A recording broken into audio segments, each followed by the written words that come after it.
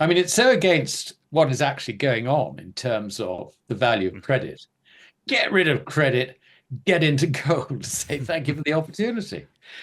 And it's interesting, what has been driving demand for gold has been, I mean, you could actually say it's liquidation of credit by central banks. They're getting out of each other's currencies. They're getting into gold.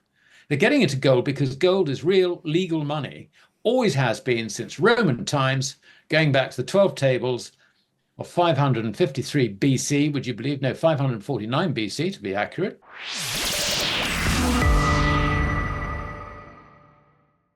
Welcome back to Soar Financially. Happy holidays. We are airing this interview on Christmas Eve, and I'm glad you can join us for it. I'm really looking forward to this conversation. My name is Kai Hoffman. I'm the @JR Mining Guy on Twitter and the CEO of the Soar Financial Group. And we're going to recap 2023 a little bit and dare forecasting 2024. Lots has happened, and we've invited a fantastic guest on the program to help us make sense of it all, of course. It's Alasdair Macleod. He's the head of research over at GOLDMONEY. He's a known quantity here on the channel. I don't think he needs a lot more introduction because his insights are so treasured and valuable.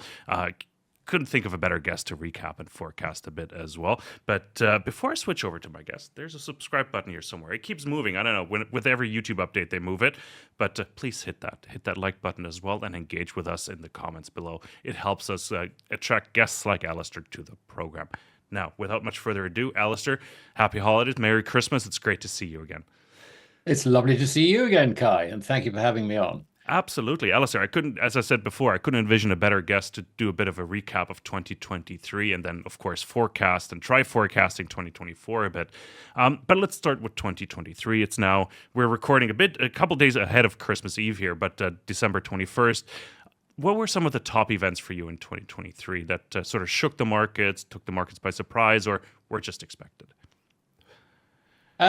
Well, I think the obvious one was we kicked off with a few bankruptcies or failures, perhaps, rescues in America.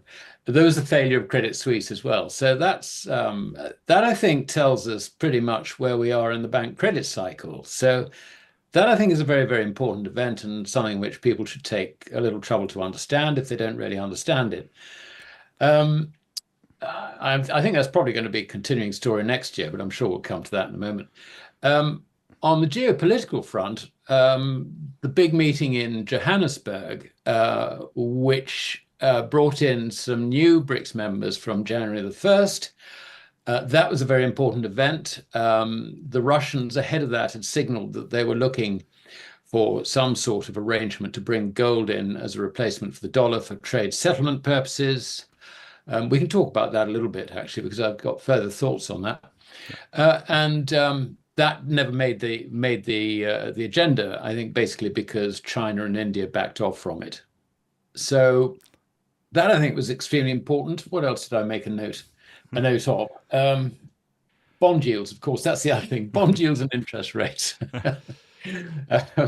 We saw interest rates go up a lot more than anybody expected. We saw inflation going up a lot more than anyone expected. We saw bond yields going up a lot more than expected. And what that has done in 2023 is it's basically exposed a whole raft of malinvestments. And we've got loads and loads of companies who basically, are facing refinancing costs of debt which they took out when interest rates were zero or not too far removed from there.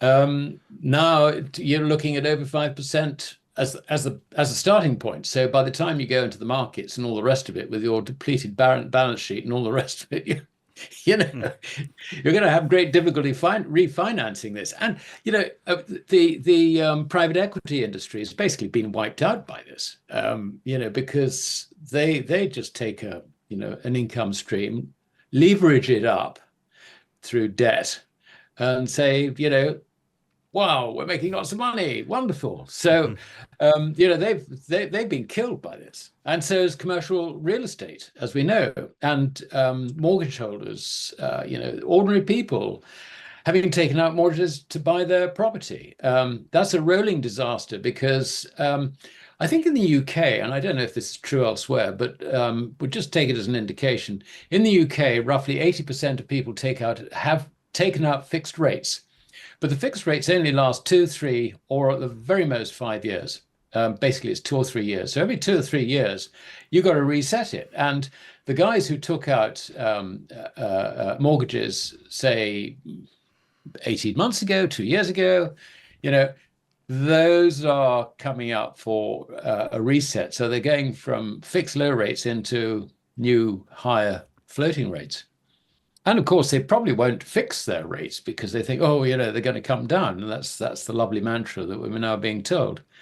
So a roller coaster in interest rates, I think, was very, very important. It's led to bank failures. It's actually led to a very substantial downturn in economic activity. Now, I know this is not yet reflected in GDP numbers, but GDP numbers, all that is a total of credit in the economy. That's all that is. That credit is no longer expanding. So this leads the mathematical macroeconomists to sort of say, well, we've got an economy that is not growing anymore. It doesn't tell you how the credit's being used at all.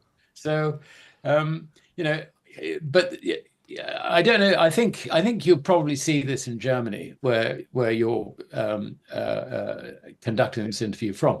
That the German economy definitely is struggling now. That is even being reflected in your economic statistics. In this country, it's not being reflected in our statistics, but you go around the country and you talk to small and medium-sized businesses, and they're struggling. They are really struggling. And I can see them with these interest rates, finding that they can't replace the cash flow because the banks won't lend them the money. This is not good, Kai. It really isn't. And so that's, if you like, very briefly, my look back on 2023. Lots to discuss and follow up on, of course, there, Alasdair, as well. And I do share your observations here as well. Like, I've been talking with friends here, even handymen or so, they can't find work right now. Like 2 years ago, they couldn't, they were drowning in work. And now nobody wants to renovate their houses or anything because you said higher interest rates and nobody can finance and afford it anymore as well. Yeah. So there's quite a bit of, I read a term just earlier in preparation of this interview. It's called credit stress. Right, and I'm wondering with a soft landing scenario or a no landing scenario as well, there, Alasdair, like how that plays a role. Like how will that play out? It seems like the Fed has taken a stance. Okay, we will be cutting rate next year. The market anticipates 6 rate cuts. The Fed signaled 3. How will that play out, though? Like we're obviously quite negative. We're coming from the gold side, of course. We look at it maybe from a more pessimistic point of view. But how do you see that really playing out there? That credit drama. Well, I think what's driving the Fed's approach on this is an increasing concern, particularly in a presidential election year, that the US economy is actually really suffering. And they will know from their surveys going around the country. I mean, the Fed does surveys and looks at these things, through their regional offices and all the rest of it. And I think that even though the statistics don't really tell the whole story, as we've just discussed, I'm sure the Fed is now beginning to worry about the consequences of these interest rates. The fact that banks are trying to reduce their risk exposure, which under these circumstances you'd expect them to do. They can't really reduce their leverage without increasing their equity. But increase their equity, they dilute their earnings, and shareholders don't like that. And it's a bad sign, if you like, in these times. We need more equity. What? Why? Gosh, there must be something wrong at the bank. Sort of, I think that's the problem they face. You can't really, as a complete system, banking system, it's very difficult to reduce deposits without loans either being repaid or written off. Because you've got a balance sheet basically, and the way the balance sheet works is that credit is created by being loaned into existence, and when you loan it into existence, the other side of your balance sheet, the liability side, is credit.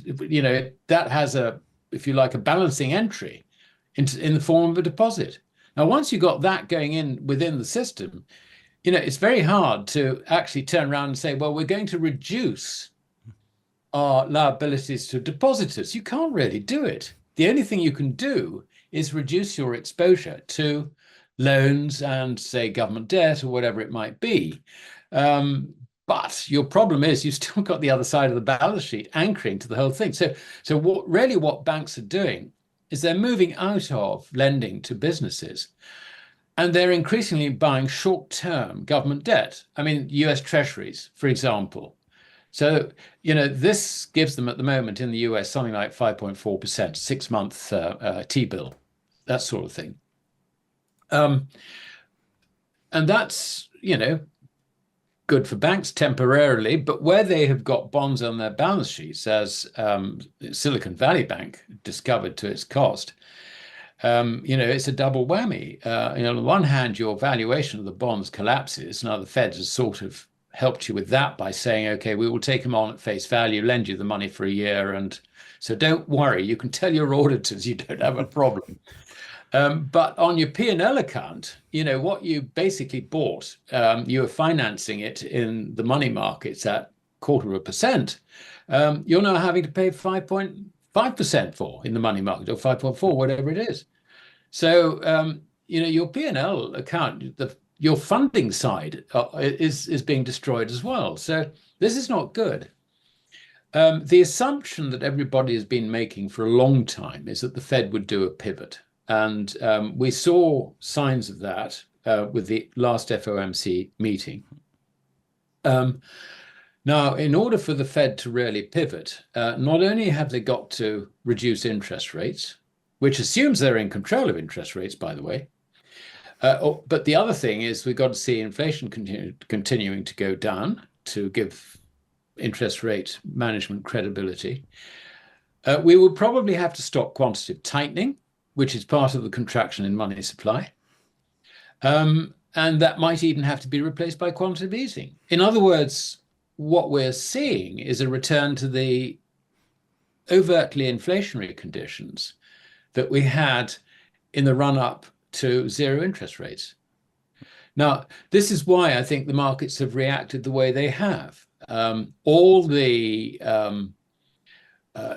you've seen the fall in bond yields, right? And that's been interpreted very positively by the equity market, even though there's a huge valuation gap between those two markets still. I mean, it's absolutely enormous. You've now got very steeply negative interest yield curves. That's a situation which, will have to be corrected by interest rates falling or bond yields rising. The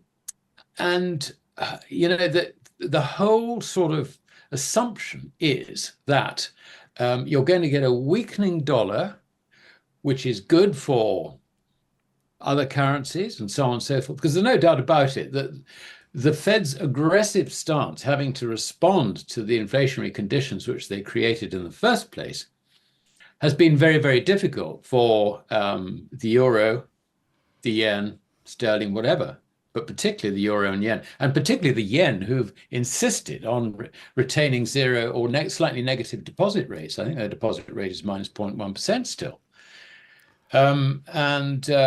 So, sort of global tensions, if you like, we can expect to be, sort of dying down a little bit.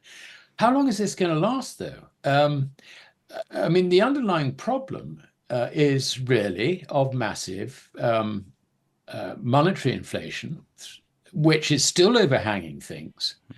And there's now the promise of another wave of it coming through. And all this at a time when the geopolitical situation is getting really rather uncomfortable. I mean, as we speak, the Western Alliance is assembling forces to try and protect shipping in the Red Sea. I don't think, incidentally, that that's going to encourage ships to go through the Red Sea, for the very simple reason that the insurance costs are absolutely massive. And that's actually why the BPs of this world have decided to sail around the Cape of Good Hope than risk going through the Red Sea, because the insurance costs just make it prohibitive. The Houthis, I mean, the way to look at that is that Iran is actually fighting a proxy war teaching us a few lessons about how we should have perhaps run the war in Ukraine. I'm sorry, I know that sounds a bit cynical, but this is something which is actually proving very, very difficult for the West to deal with. We have taken our stance backing the Israelis. We have massive Palestinian and Arab populations, or Islamic populations, if you like, which are rebelling against this. You've got, around the world, you've got roughly 2 billion Islamic members of the Islamic faith who see all this and know that this is something which is just basically the extermination of 2 million people in Gaza. That is the objective. At least that's the way it looks to them. The idea that you've got Saudi Arabia and you've got the Gulf states still backing the West. I mean, forget it. That's already been demonstrated by them sort of gradually shifting from sitting on the fence into the China-Russia camp. But we've just made it so much worse. We really have. And so we actually don't have a plan for this problem. And we can see that the Houthis, I mean, I think it's the way it's described, is that a Houthi drone, which can bomb a ship, costs $2,000. Whereas the missile that we deploy to shoot these drones down costs $2 million. This is that's the ratio. And with Iranian backing, the Houthis can produce these things in huge numbers. And it won't be very long before I think particularly the US defense system, which I think is not up to date, certainly for for these new supersonic missiles. One of them, I think a warship's going to get hit, and this is something. Sending warships to the Red Sea, I think, is just provoking the whole thing into something like a huge, great Middle Eastern showdown. And what will, obviously this is going to spread into action against Iran. So what does Iran do? Well, it blocks Hormuz. I mean, it can do that at the drop of a hat. What does that do to oil prices? Well, we know what it does to oil prices. What does that do to Western governments' response? Well, they print money. They print money because this has got to be paid for. So you can see there's a huge amount of inflation in the pipeline from current developments, and it's evolving right before our eyes. And how on earth markets just ignore this? It's quite extraordinary.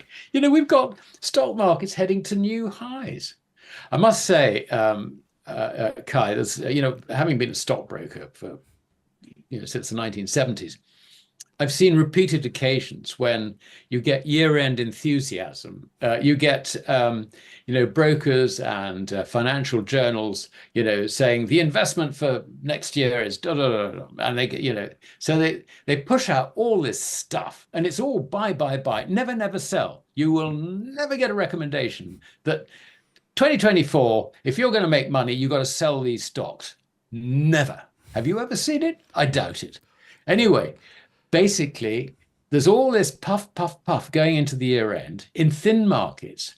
Markets are rising, and guess what? Whenever that happens, it peaks on like January the 2nd, the first day of the trading day of the new year. And then it's downhill from there without stopping for quite some time. This is a false world, financial world we're living in. I mean, it's just crazy. But the one thing I see, I'm not sure that we're really sort of on to 2024 yet, but this, to me, in my mind, is an extremely good background for the gold price. But I always emphasize, and I just wish people would understand this, they don't. It's very hard. It's for some reason a very hard concept for people to understand that it's not gold going up, it's the dollar going down. It's the euro going down, it's sterling going down, it's the yen, it's the purchasing power of the currencies declining. And the inflationary outlook is that decline is going to increase through 2024. So what does that mean for interest rates? Well, they're not going to fall as everybody expects. They may be able to engineer a small fall somewhere down the line if, let us say, the Houthi thing doesn't blow up in our faces in the next few weeks. But, what's the purpose of interest rates? It basically is the time preference that foreigners require. And it's foreigners who will decide this. And think about the situation of the dollar.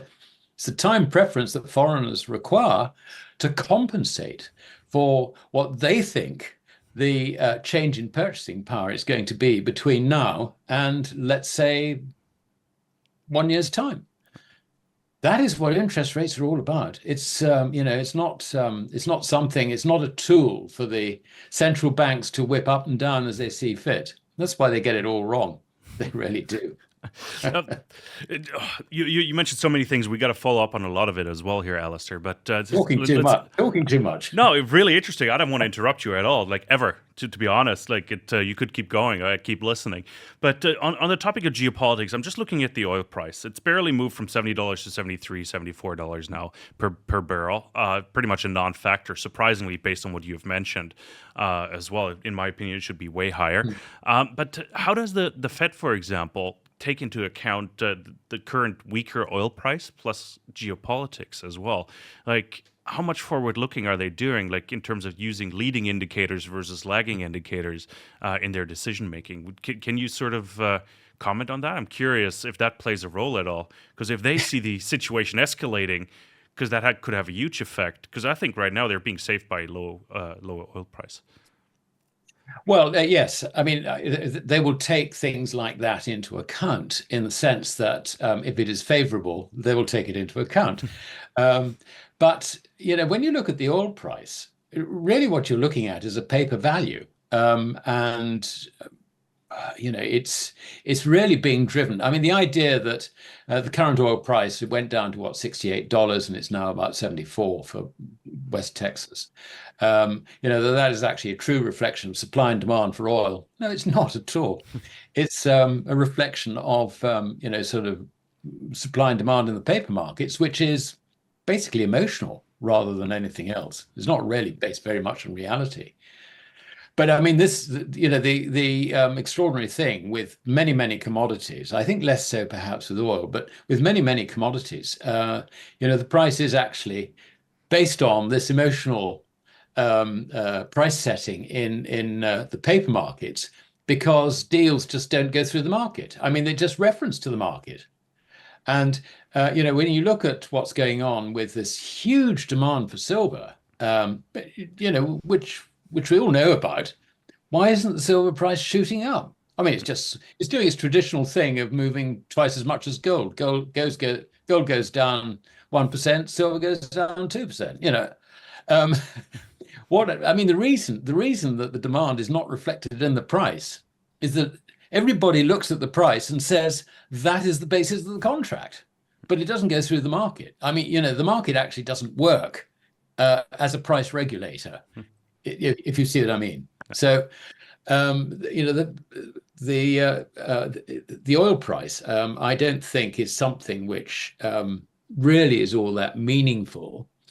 The Fed, I'm sure, watches that. But to my mind, I think Fed policy is set more by the information which comes in from their regional offices about the economic conditions up and down the country. Now, until recently, they have emphasized very, very strongly on trying to control inflation, getting inflation down. But that's only one of their mandates. The other mandate is consistent with full employment. And if they see that the economy is tanking, then, or the indications are they're tanking, and we've just agreed that this is the situation here, it's the situation in Germany. Talking to my friends in America, I discovered the same thing out there, unfortunately. I think the priority has shifted for that reason. And I don't think that the Fed takes into account geopolitical things at all. I really don't. I mean, there is obviously a bi-monthly meeting at the Bank of International Settlements where a representative from the Fed will attend along with all the other, and they have a sort of Chatham House rules type conversation. But the extent to which that actually influences the Fed, I don't think it does that much. I mean, the Fed, I think, are a pretty arrogant bunch. It's only when things really get very, very bad as far as international the international consequences of their actions are concerned, that they will really, perhaps think, oh, well, perhaps we better take into consideration that, probably when, JP Morgan sort of turns around and says, you're making a big mistake here, they might then listen. But other than that, I think they're completely ignorant of it. I mean, I'm just guessing from their actions. I think their intelligence is selective insofar as it's very, very domestic. Alasdair, I'm not sure if we discussed it or it was with another guest on the program, but one term came up was race to the pivot as well between the US, the EU, and maybe Japan as well to a degree. But especially between the US and the EU, Lagarde said, well, we haven't even discussed a pivot in our meetings, which you can believe or not. But and the US has been quite clear about a pivot next year in cutting rates. Will that have a big influence on the US dollar? Like who pivots first? Let's see the the EU moves first for surprisingly maybe. Would that have a change? Because you say there's a bit of a panic in the US dollar as well, and moving first and cutting first might be fuel to the fire there. Yeah. No, I think your point is very much on the mark. The reason that Christine Lagarde, I would guess, is saying, the pivot is not even on our agenda, is she doesn't want to undermine the euro unnecessarily, because that would increase the inflationary pressures from a price point of view anyway. So, she's not going to say anything which indicates a change in policy. And her advisors would have told her that, look, yes, don't say anything. So I think that's consistent with her function, if you like, as the spokesperson for the ECB. I think the dollar has created great problems for the Eurozone because of the interest rate thing. The inflation problem is very much in the Eurozone as well. And, thank goodness that there's been some sort of amelioration in energy prices. And at the moment, energy supplies, things like gas and so on and so forth, I think the reserves are pretty full. So, there doesn't seem to be much pressure around. But I think the real problem is Japan. I mean, the Japanese just refused to move away from negative interest rates. And what that has meant is that there's been a carry trade developing. And I know this doesn't sort of hit the headlines at all, but it is extremely important to understand this. A bank or a hedge fund can go and, borrow yen, which is just created out of thin air. This is Japanese bank lending, just created out of thin air, and it will cost a hedge fund, say, or doing it through a bank, which amounts more or less same sort of thing. It will cost them around about 0.25%, maybe even slightly less than that. Okay, what they do is they then sell those yen, which is why the yen's been so weak, incidentally, up until recently, and buy dollars, which is why the dollar has been so strong until recently. And they will invest the proceeds into US Treasuries, which, as I just said, yield you about 5.3, 5.4%. This is a wonderful game. And it's made even more wonderful because of the the Bank of Japan's resistance to raising interest rates. Because not only have you got the yield pickup, which you can leverage up on your balance sheet, hugely, but you've also got a massive benefit from the currency situation. With your borrowed yen tanking and the dollars that you bought rising. This is wonderful stuff. It really is. It's great. But what we've seen in the last 4 weeks, or say 5 weeks maybe, is that the trade weighted has lost 5%, something like that. The dollar's trade weighted. The effect on the yen is it's fallen from 150 to about 141. So suddenly this is a problem. You're beginning to make losses which are wiping out the interest rate differential, and you've leveraged your position. Help. What have we got to do? We got to close it out. And also, Japanese institutions with negative interest rates have been investing in US treasuries. They've been investing in, even French bonds. They were buying French bonds at one stage. I mean, I don't know whether they're still doing that. I guess they've been buying Italian bonds, because they're looking at a yield pickup. And now, of course, the currency relationship has changed. So you have got the potential for massive flows reversing against the dollar. And it could be that the fall that we've seen in the dollar's trade weighted is the start of an even wider trend. Now, that being the case, you're looking at foreign investment in dollars, which according to the US Treasury's tick figures are 33 trillion.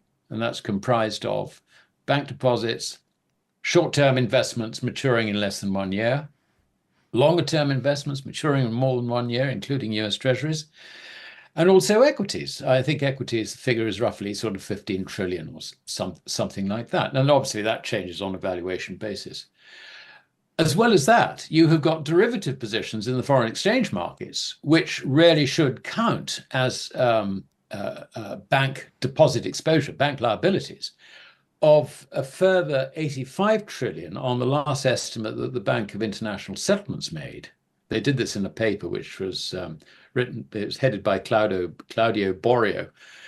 I think it was written about, 3-4 months ago. And then you have got a further 10 trillion of Eurobonds, which are completely outside the US financial system. So altogether, you've got a figure like $125 trillion of foreign exposure to dollars. 125 trillion. That's 4.5 times US GDP. We're now talking about a dollar beginning to go down. What are the foreigners going to do? Rush out and buy more? I don't think so. Well, especially when you kill that carry trade, right? This is potentially a very serious situation. Yeah.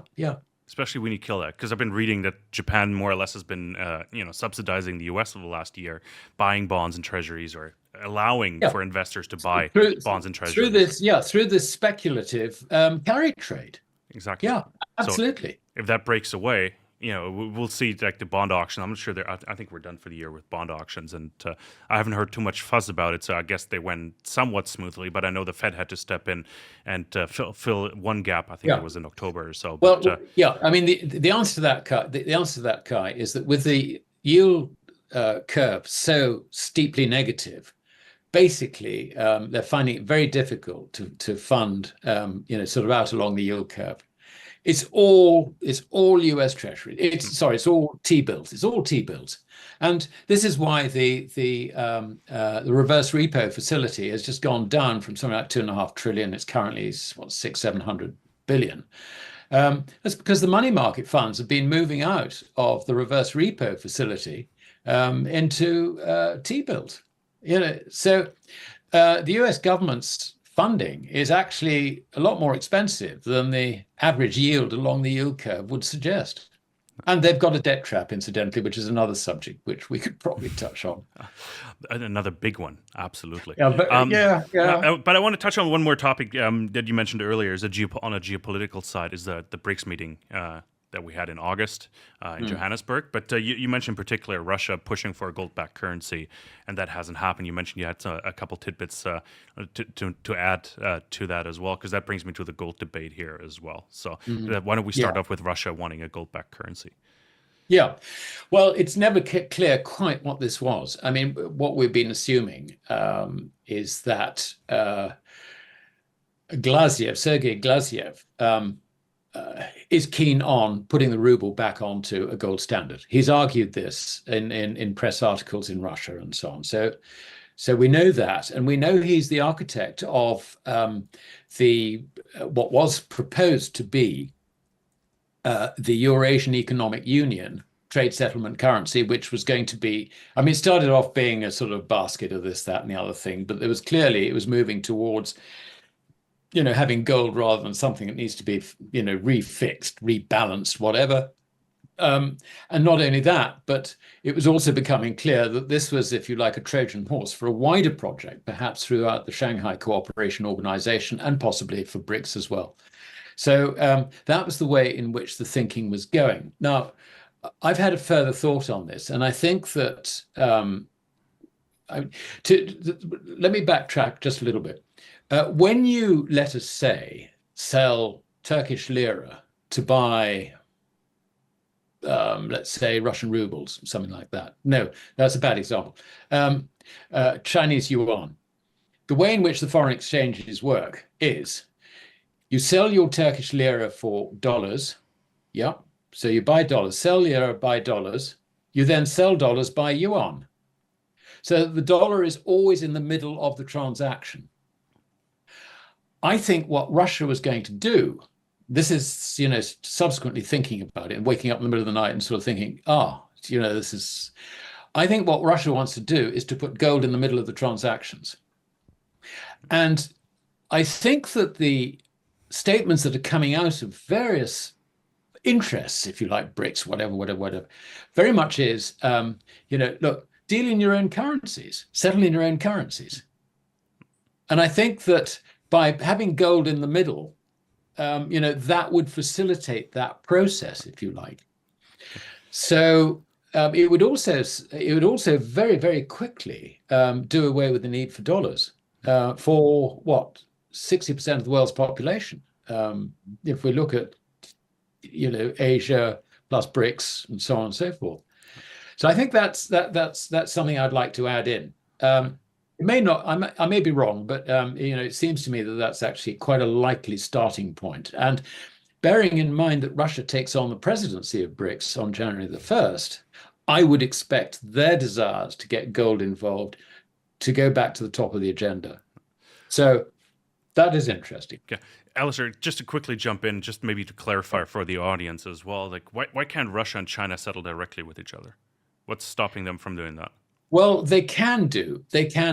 And I'm sure that's what they're doing, because apart from anything else, they're cut out of the markets. But what I'm saying is that, if you're, let's say, not dealing nation to nation, if you are an exporter and an importer, and you just got to, pay the usual bills, and you've got a currency problem, what am I going to do with the currency? Then, the bridge between one currency and another is always the dollar. Governments can come to an agreement between themselves, which is undoubtedly what Russia and China have done. So I think this is probably what this is about, and that will be an initial stage. Okay. The other aspect of this, which is very interesting, is Argentina. President Milei was elected on, if you like, a prospectus of going back to a currency board and doing away with the central bank, closing the central bank. He's already closed 9 ministries, or he's planning to close 9 ministries. So he's really cutting back on government as well. Now, this is a libertarian. He was wielding chainsaws and all the rest of it, doing lots and lots of political drama and so there is this perhaps an unwarranted feeling that the man's a bit of a sort of lunatic, if you like. I think we should dismiss that. He is being advised by Professor Steve Hanke, who has put together various currency boards very, very successfully for a range of countries, both in South America and also in Europe, particularly when you had a return to individual currencies when the Soviet Union collapsed. He has done that very successfully. So what I would say is that President Milei is actually being well advised. I think also I'm sort of interested in the political aspects too. The way he is doing this is he's bringing about change so fast. It's very hard for his opponents in the establishment to actually catch up with him. He really is. I mean, and this is I think a political tactic which makes an awful lot of sense. If they ever threaten to catch up with him, he'll say, "Okay, we'll have another election and let's see who governs." So close to this. Do you see what I mean? Yeah. He's actually in a position of enormous power. It's a temporary position which he must use, and he must use while he's got it. And it seems to me he's got the sense to understand this. Now, it could all go wrong because the way in which the Argentinians deal with the inconvenience of democracy is to have an army coup d'etat. So that, that could well happen. You might find him on the end of a rope somewhere. But let us not assume that. Let us just understand that this guy actually has a plan for what he's doing, and he seems to have a pretty good idea about it. Now, the Americans are supporting him. Why? Because it throws a spanner into the BRICS works big time. Absolutely. De-dollarization is the topic there, right? Yeah. So the Americans, I think, love it. They're all for it, even though they wouldn't dream of doing this for the dollar, with gold. No, can't possibly do that. So you can see that this is an interesting situation. But again, Millet has been, I think, quite sensible because at the moment, the only currency board you can run is actually one with the dollar. It's as simple as that. He has been, I think, very diplomatic in his dealing with China and Russia. China and Russia have been sensible. They've stayed out of this debate at all, completely. I think understanding the political environment in which this guy's operating. And even though he says, I'm going back to the dollar, whatever, they can understand the reasons why he's got to do that. China has made a swap line available to the Argentinian central bank, which I can't remember the exact figure, something like 300 billion yuan or something like that. Now, they did draw down on, I think, something like, 3 or 4 billion yuan in order to pay back an IMF loan that was due a couple of months ago. So that is operating. That cannot be jeopardized, if you like. So Millet is being, I think, and the indications are he's being actually pretty diplomatic and sensible about this. The only thing he must do now is he must add to Argentina's gold reserves, because Plan A is the dollar. I think even before the ink is dry on Plan A, he could well have to consider Plan B, which is the currency board is not with the dollar, but it's with gold. And he's only got, slightly less than 62 tons of gold in the reserves. So I think he's probably got to add to that. And I would expect to see Argentina going into the markets for that. So that is an interesting one. And it's going to be interesting to see how that evolves. I want to stay back to gold a bit. Like, you were really expanded. I don't have any follow-up questions on Argentina, but I threw in de-dollarization. I think that was a trend we saw in 2023 that came with the BRICS meeting more or less, and then disappeared again right after, because it hasn't really materialized what we had discussed, that the nations have or would or even plan a gold-based currency at this point, just because they couldn't find a common denominator at this point. Let's talk about gold real quick as well, because we've seen a new all-time high in gold, but no follow-up buying, really. No, it wasn't sustainable. Yes, we are still above $2,000 an ounce right now, but we're still below that all-time high, and we're not at 21 or 2,200 as a lot of the market participants might have expected. Chasing that all-time high. What do you make of that, and what has been driving gold prices just as of late, and what will drive them further? Yeah, well, I mean, the background to this, as I said earlier, is you have to understand it's not gold going up, it's the dollar going down, or the euro, or the yen, or whatever your currency is. They're all going down. We're talking about credit, which depends entirely on the faith in that credit's purchasing power, and that is a problem. And you can see we've discussed the foreign position in US dollars and all the rest of it, and we can see how that could actually deteriorate into something even worse. Now, that being the case, and assuming that the price of, or the value rather, of gold moves sideways, then under those circumstances, the dollar price of gold will go up. Of course it will. In the very short term, the reason I think you're not seeing any sort of excitement or follow through or whatever is because markets are just very, very quiet. I mean, you've got these conditions in which equity markets are going up. You've got a few people sort of maybe getting into bonds before the prices rise even more. These markets, they don't actually reflect any sort of reality. I would not be surprised, Kai, to see the price of gold in dollars dipped below 2,000 again. Why? Because the establishment of bullion banks, which are short in COMEX, and I guess are pretty short on an uncovered basis in terms of their overall liabilities in London, want to get it done in order for their year-end valuations to not look as bad as they might otherwise look. So I wouldn't rule out in these very quiet conditions. I mean, if I was a bullion bank, I'd be going around to the, Christmas drinks with my mates in the other, in the other banks and saying, when are we going to hit this price? Yeah, how much can you do? I reckon I could probably do, 10,000 contracts. What are you, Charlie? What do you reckon? Come on, have another beer. Come on, tell us. That's what happens. Yeah.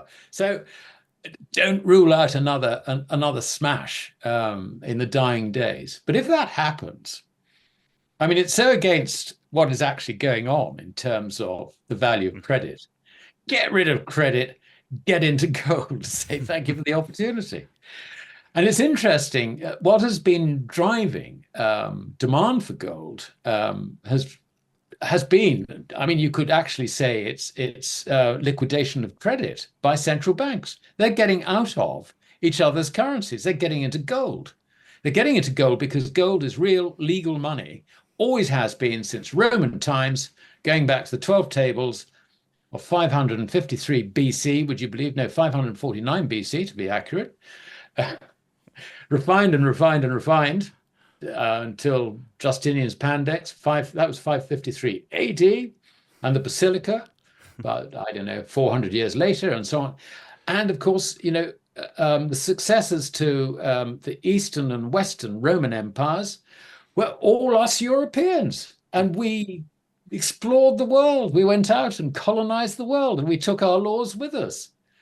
And the Chinese, even though we didn't colonize them, we sort of maybe had a bit of influence with trade and so on, they came to exactly the same conclusion independently of us, that gold is money. And someone told me, and I can't verify this, that the Chinese for gold is the same as the Chinese for money, presumably in Mandarin rather than Cantonese. But anyway, so, the world understands that money is gold and all the rest is credit.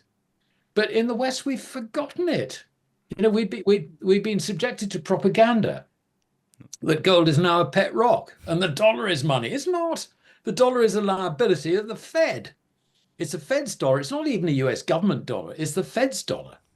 It's their liability. And if you have trust in the Fed, well, good luck to you. Good luck to you. Yeah. If, on the other hand, you think with the debt trap that undoubtedly the US government is in, when you see that their interest payments in this current fiscal year, which only started on the 1st of October, probably turn out to be 1.5 trillion. And I'm just looking at the national debt. It's $33.934 trillion at the moment. I mean, this is within a couple of 100 billion of where it was meant to be, according to the Congressional Budget Office, at the end of this fiscal year. In other words, on the 31st of September 2024. We're already there. They are in a debt trap with going into a presidential election when spending always goes crazy because they're buying votes. We're looking at a deficit, including interest, which would be lucky if it turns out to be less than $3 trillion. Who's going to buy this stuff? The foreigners are turning net sellers. I mean, the only foreigners who will buy it are basically tame funds in centers like the Cayman Islands and, which are basically handling offshore US insurance funds, or Luxembourg or wherever. Those are the only people who are net buyers of this stuff. But, the people who really matter, like the Japanese and the Chinese and so on, they're sellers. I mean, they'd rather have gold.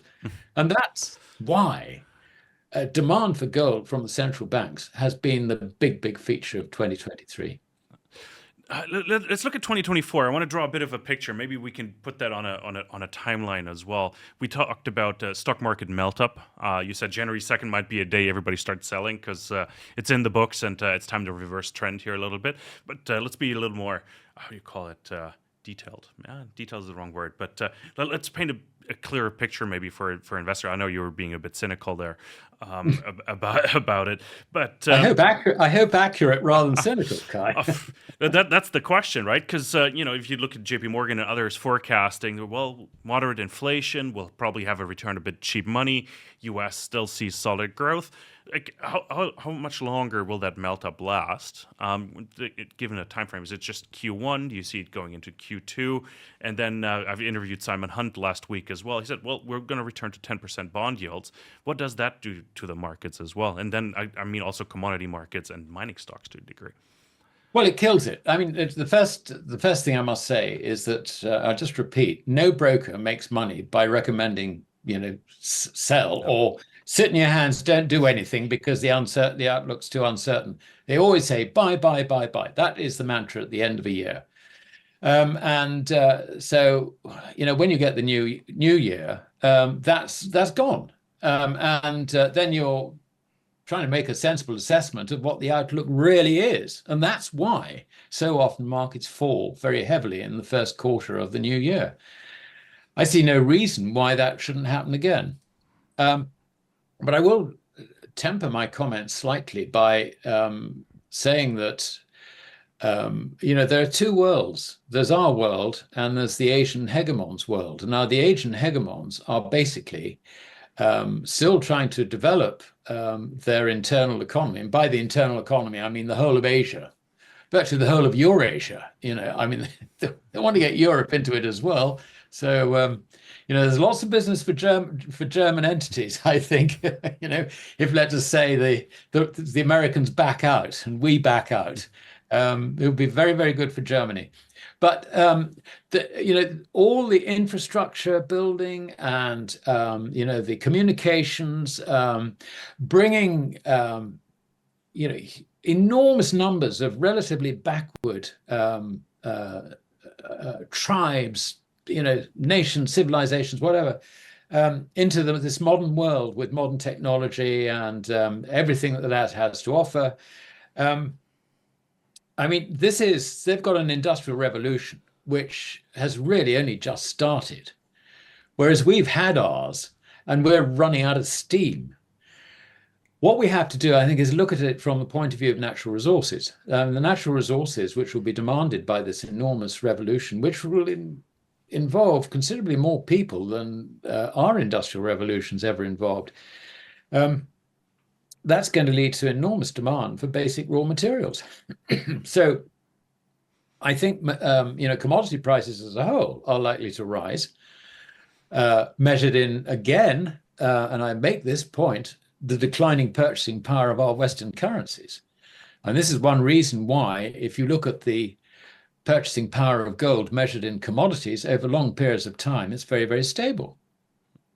You're looking at the same argument from two different points of view, because gold is representing, if you like, theoretically, a basket of these commodities.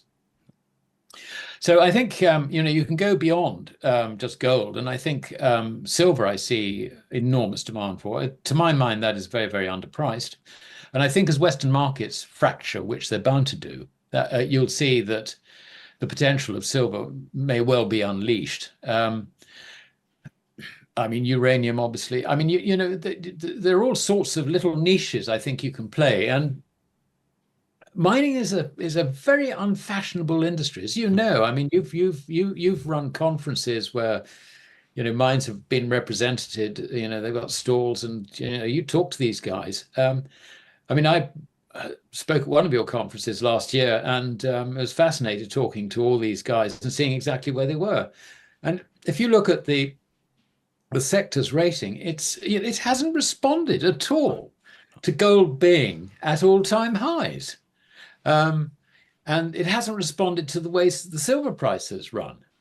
This is, to my mind, more evidence of the inefficiency of markets. I think that's probably where opportunities lie. But the rest of it, I think we're talking about a world where the purchasing power of currencies is actually declining. And I think anyone wanting to protect their wealth has got to have that right at the top of their minds. So I think that's probably all you need to know. Fantastic. No, this is a great note to end on as well, Alasdair, as well. So it's really like the opportunities are there. I'm curious, like how much longer though? Like I had a conversation with a as a wealth manager yesterday about opportunities in mining stocks next year, and I think the Fed keeps lowering or cutting rates. Yes, there's an opportunity, but if bond yields start to turn around again, and the bonds are starting to drop and the yields are starting to spike, I think it'll kill the mining stock game, in my opinion. Well, yeah, I mean, yes, I mean, well, I If think you get to 8 to 10% bond yields, why would you invest in a higher risk mining stock if you can get 8 to 10%, unless you fear that the US or whoever is the lender, or not the lender is about to collapse? Yeah, well, I don't think it's quite as simple as that, Kai, because if you've got measured in fiat currencies, declining fiat currencies, rapidly rising commodity prices, then it's a sector to be in. I mean, if you look at the performance of home stake mining during the Wall Street crash and the Depression, I mean, it was marvelous.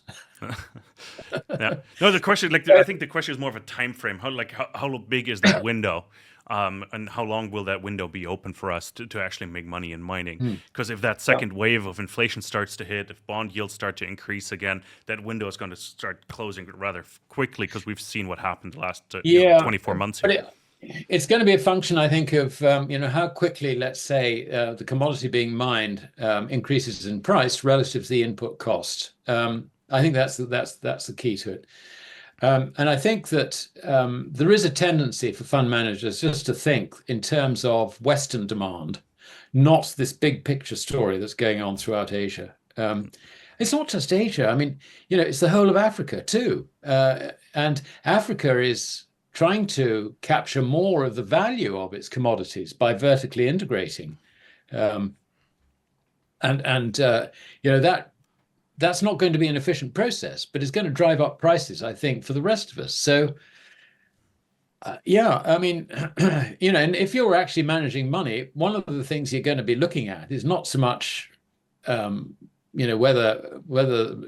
you're really in love with mines, but if you fall out of love with tech stocks which are collapsing, or for instance, then on a relative basis, you want to switch your portfolio weightings.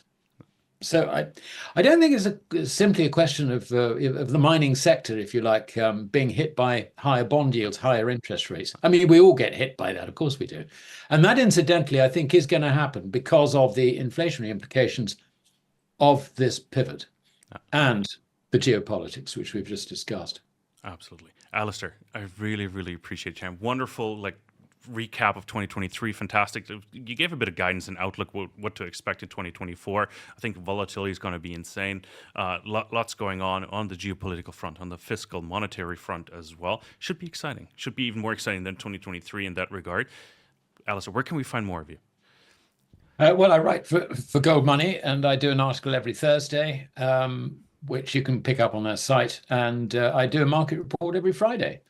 And the article which I've just penned and submitted is about the prospect for the ending of central banks, which President Milei is leading the way on, I think.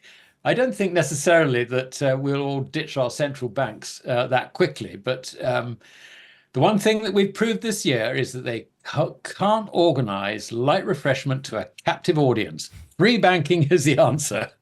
Fantastic. Alasdair, thank you so much for your time in this probably quite hectic Christmas week here. Happy holidays. Enjoy it with your loved ones, and really appreciate your time. I'll see you next year. Thank you very much for having me on, Fantastic. Kai. And Happy New Year, everybody. Thank you. Fantastic. Everybody else, thank you so much for tuning in. As I said before, we're airing this on Christmas Eve. If you're catching it that day, happy holidays. Merry Christmas to you. Enjoy the holiday season with your family. We will have fantastic guests next week as well. We're not really taking a break. We'll have Gerald Salente and others join us here on this channel to discuss and to recap a bit of the year, but also try daring a forecast for 2024. If you want to follow us, please hit that subscribe button so we can bring guests like Alasdair more on it's been a long conversation. Bring guests like Alasdair on more frequently. We really appreciate it. What do you think is going to happen? What is your outlook for 2024? Put that in the comments below. We do want to hear from you and appreciate your time. Happy holidays. All the best. We'll be back with lots more. Thank you so much.